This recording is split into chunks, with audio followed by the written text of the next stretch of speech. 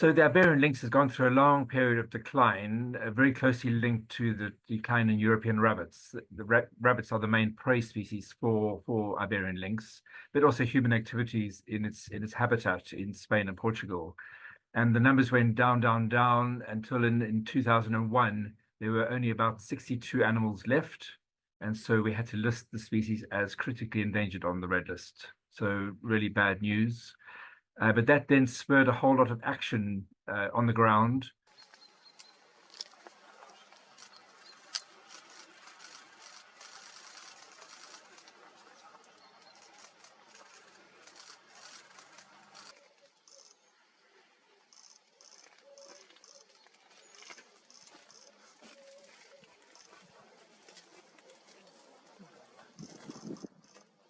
They set up conservation breeding programs. They set up lots of work to try and improve the habitat of the species, improve the mosaics and the agricultural landscapes that they live in. They also looked at how to address the issues with the declining rabbit and how do they get the rabbit populations back up again. And so with all those efforts, it's been really successful. So we've had this steady rise in numbers over the years. So in fact, it moved from being critically endangered to endangered. And now with tomorrow's update, it moves to vulnerable.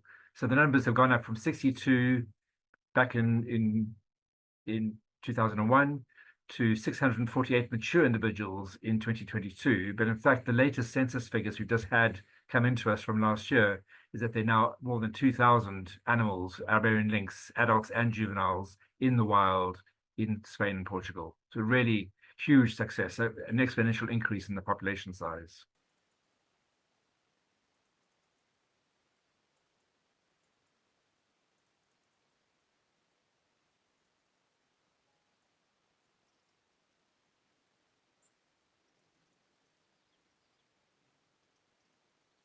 When we did the census in 2000, from 2000 to 2002, it was like a European shock on that, because we thought previously that there was 600 up to 1,200.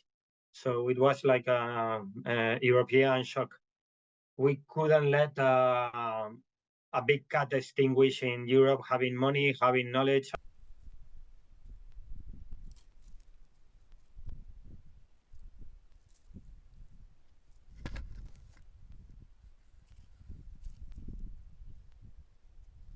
We take every protocol take us like a year of discussions, new protocols, new presentations.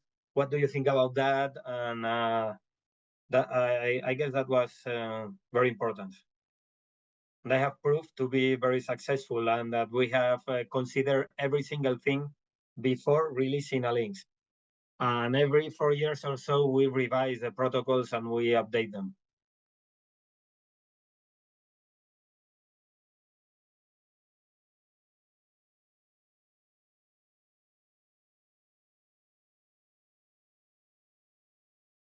If the fluctuations in rabbit population that could, because of virus outbreaks, that could affect their lynx. There are also other diseases that could be transmitted by domestic animals or by other ungulates. We're also worried about issues with climate change, how the habitat will respond to climate change, especially the increasing impact of fires, as we've seen in the Mediterranean in the last year or two. So we don't know what the impacts of that are going to be yet. So one has to be constantly vigilant and monitoring those.